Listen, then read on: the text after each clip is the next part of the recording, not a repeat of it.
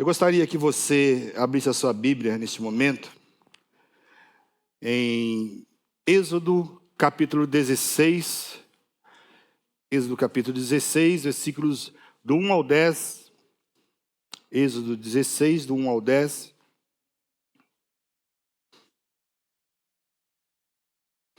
A palavra de Deus para nós nessa noite. O texto diz assim: partiram de Elim, e toda a congregação dos filhos de Israel veio para o deserto de Sim, que está entre Elim e Sinai. Aos 15 dias do segundo mês, depois que saíram da terra do Egito, toda a congregação dos filhos de Israel murmurou contra Moisés e Arão no deserto. E disseram-lhes os filhos de Israel: quem nos dera ter morrido pela mão do Senhor na terra do Egito, quando estávamos sentados junto às panelas de carne e comíamos pão a fartar? Pois nos trouxestes a este deserto para matardes de fome toda esta multidão. Então disse o Senhor a Moisés: eis que vos farei chover do céu pão, e o povo sairá e colherá diariamente a porção para cada dia, para que eu ponha à prova se anda na minha lei ou não. Dar-se-á que ao sexto dia prepararão o que colherem, e será o dobro do que colhem cada dia. Então disse Moisés e Arão a todos os filhos de Israel: à tarde sabereis que foi o Senhor quem vos tirou da terra do Egito. E pela manhã vereis a glória do Senhor, porquanto ouviu as vossas murmurações. Pois quem somos nós para que murmureis contra nós? Prosseguiu Moisés: será isso quando o Senhor à tarde vos der carne para comer, e pela manhã pão que vos farte, porquanto o Senhor ouviu as vossas murmurações com que vos queixais contra ele. Pois quem somos nós? As vossas murmurações não são contra nós, e sim contra o Senhor. Disse Moisés a Arão: dize a toda a congregação dos filhos de Israel: chegai-vos à presença do Senhor, pois ouviu as vossas murmurações. Quando Arão falava a toda a congregação dos filhos de Israel, olharam para o deserto, e eis que a glória do Senhor apareceu na nuvem.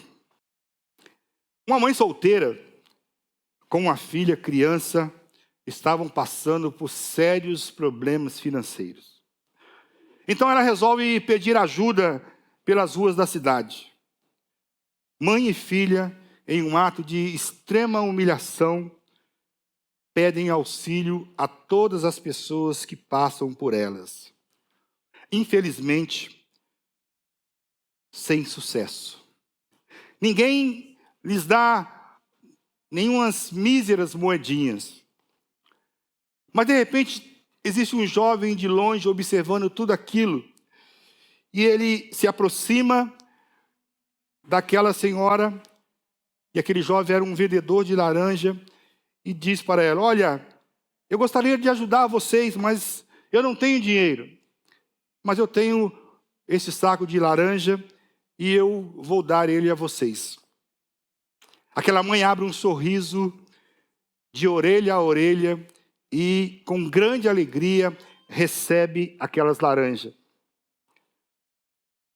Naquele momento, a sua filha olha para aquele jovem e diz: que ajudinha mais fuleira, hein, moço? O senhor só tem laranja para nos oferecer? Pelo menos elas deveriam vir descascadas. A reclamação daquela menina demonstra a sua ingratidão com aquele jovem, mesmo diante de uma ajuda espontânea. Da mesma forma, o povo de Israel demonstra a sua gratidão reclamando. O povo de Israel vivia em um cativeiro na escravidão do Egito. E sob o comando de Moisés, o povo assiste à grandiosa mão do Senhor agindo em seu favor para que eles fossem libertos daquela escravidão. Águas se transformam em sangue. Piolhos se espalham por toda a terra do Egito e infestam a cabeça dos egípcios. E diversas outras pragas atormentam Faraó e toda a terra do Egito. Tudo isso para demonstrar o poder do Deus de Israel para a libertação do seu povo. E com a chegada da 10ª praga, a morte dos primogênitos do Egito, inclusive dos animais, Faraó finalmente resolve deixar o povo partir e a libertação finalmente chega para o povo de Deus. Ao saírem do Egito, eles chegam a um lugar do deserto onde o povo enfrenta um calor insuportável durante o dia. Durante a noite, o frio é congelante, mas Deus os guia durante toda a caminhada com uma nuvem que vem sobre eles para lhe dar sombra e protegê-los durante a noite. Deus manda uma coluna de fogo para aquecê-los. Deus está cuidando do seu povo no deserto. O povo de Israel também presencia o Mar Vermelho se abrir para que eles atravessem de pés secos e posteriormente eles também veem o mar se fechar para engolir Faraó e o seu exército egípcio que os perseguiam para tentar escravizá-los novamente. Em determinado momento, após terem caminhado 3 dias sem encontrar água, o povo chega sedento a um lugar chamado Mara. A esperança brilha nos olhos do povo, que já podiam sentir o frescor das águas em suas bocas e encharcando os seus rostos. As crianças se agitam e saem correndo na frente dos seus pais para se deliciarem naquelas águas. Mas o inesperado acontece. As águas de Mara eram amargas, impossibilitando o povo de Israel de saciar a sua sede. Com a mesma velocidade que o povo coloca a água na boca, eles cospem novamente, rapidamente no chão. Mas o poder de Deus se faz presente e eles presenciam as águas de Mara se tornarem potáveis. E todo o povo de Deus sacia a sua sede. Após terem presenciado todas essas manifestações do poder de Deus, 75 dias depois de partirem do Egito, o povo de Israel chega ao deserto de Sim e reclamam a Moisés dizendo: era melhor a gente ter morrido de fome no Egito. Era melhor a gente ter morrido de bucho cheio, comendo carne e pão à vontade, do que vocês terem nos trazido para esse deserto para nos matar de fome. Certamente, o povo de Israel não se lembra da provisão de Deus. Há poucas semanas atrás, por exemplo, lá em Mara, quando as águas amargas se tornaram potáveis. O povo já tinha visto o poder de Deus em favor deles por várias vezes, em diversas situações. As pragas que foram enviadas para atormentar Faraó, para que Faraó pudesse libertá-los e deixá-los adorar o Senhor no deserto. O povo esquece daquilo que Deus havia feito, dos feitos de Deus por ele. Estão cegos pelas circunstâncias. Reclamam até do tempero que eles deixaram no Egito. E de forma ingrata, o povo de Israel reclama a Moisés e Arão. O povo de Israel demonstra a sua ingratidão reclamando. Mas não só o povo de Israel. Da mesma forma, hoje, nós também demonstramos nossa ingratidão reclamando.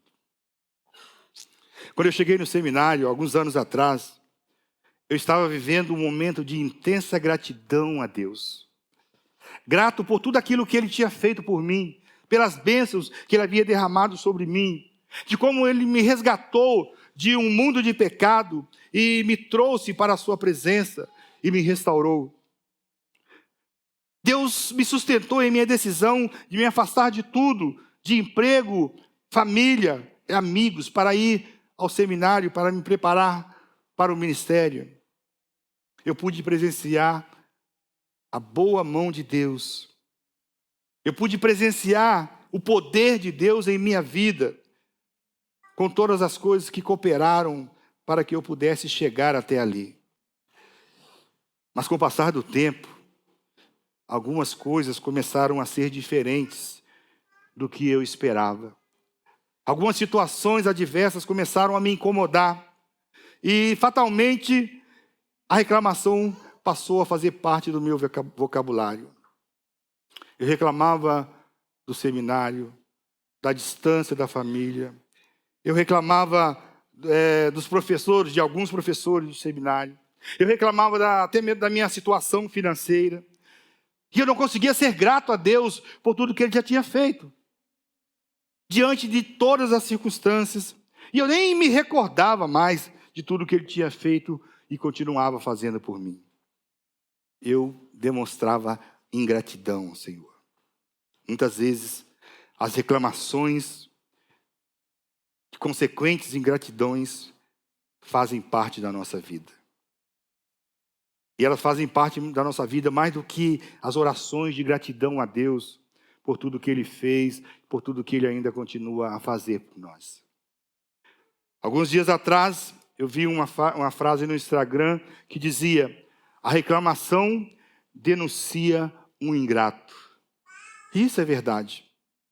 Isso é a mais pura verdade. As nossas reclamações sobre as circunstâncias da nossa vida denunciam a nossa ingratidão a Deus.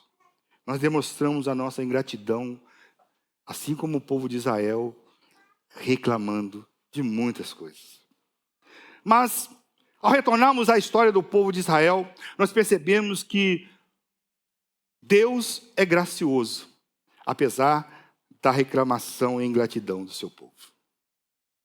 Diante de toda a reclamação do povo, o Senhor, Deus diz a Moisés: eu farei chover pão do céu, e o povo sairá e colherá e comerá pão à vontade, recolherá uma porção diariamente, para cada dia.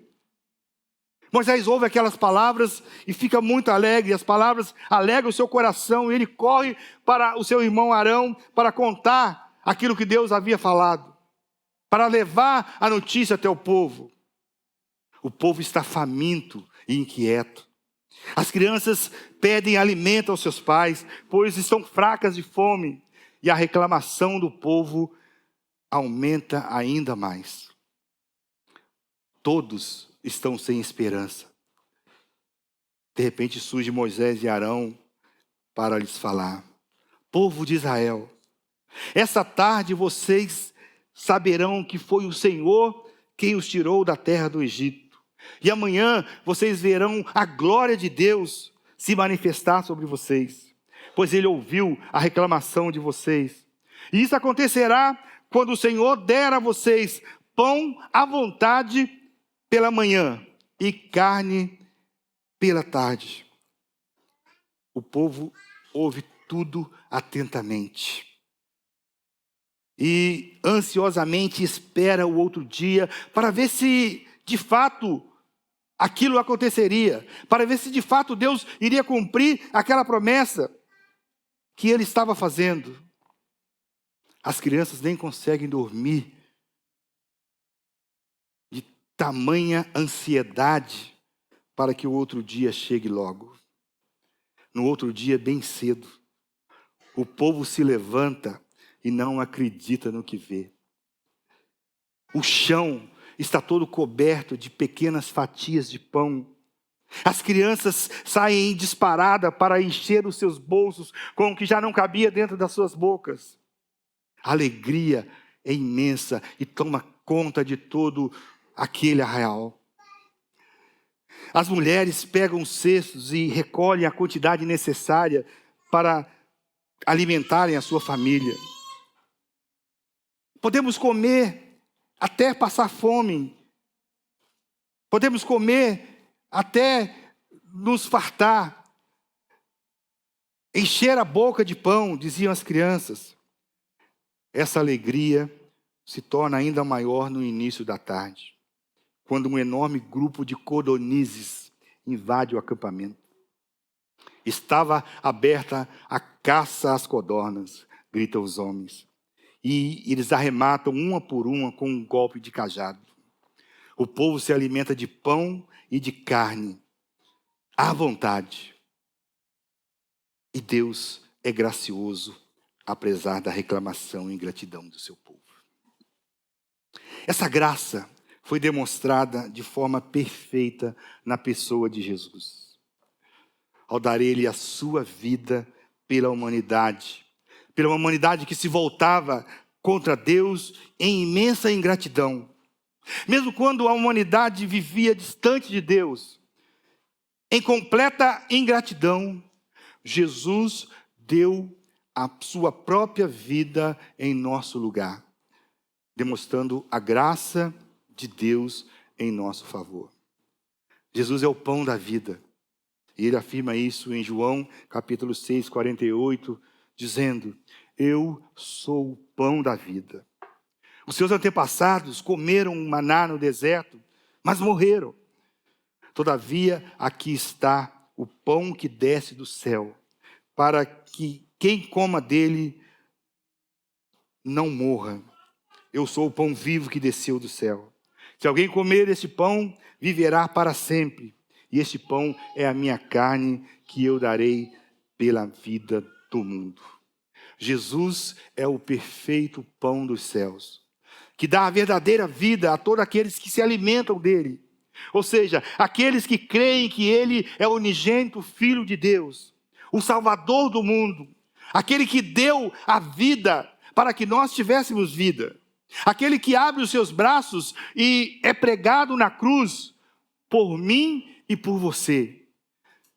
Ele está dizendo: eu sou o pão da vida. Mas ainda hoje, Deus é gracioso, apesar da nossa reclamação e ingratidão.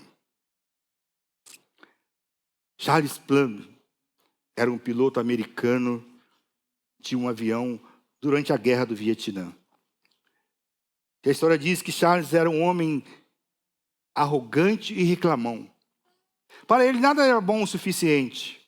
Certo dia, quando ele chega no quartel, ele viu um senhor mexendo nas suas coisas e, revoltado com aquela situação, Charles desfere palavrões e ofensas àquele senhor. Sem sequer dar uma chance para aquele homem se defender, ele o expulsa dali imediatamente aos berros. Naquele mesmo dia, durante a guerra, o seu avião é atingido por um míssil e cai em território inimigo. Charles pega o seu paraquedas e pula do avião, mas ele é capturado e preso naquele país. E ele ficará por 6 anos na cadeia.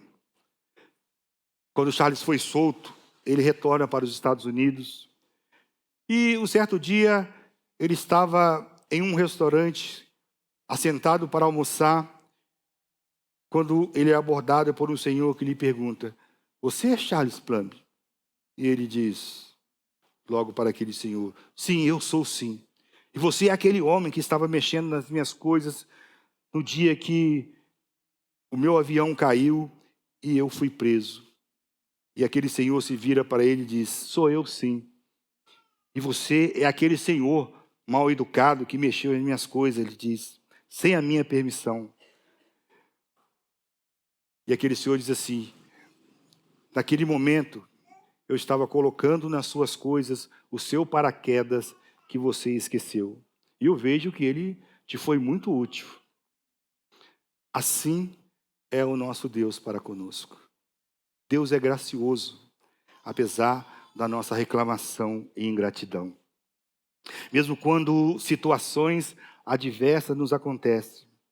E a única coisa que nós temos é reclamar.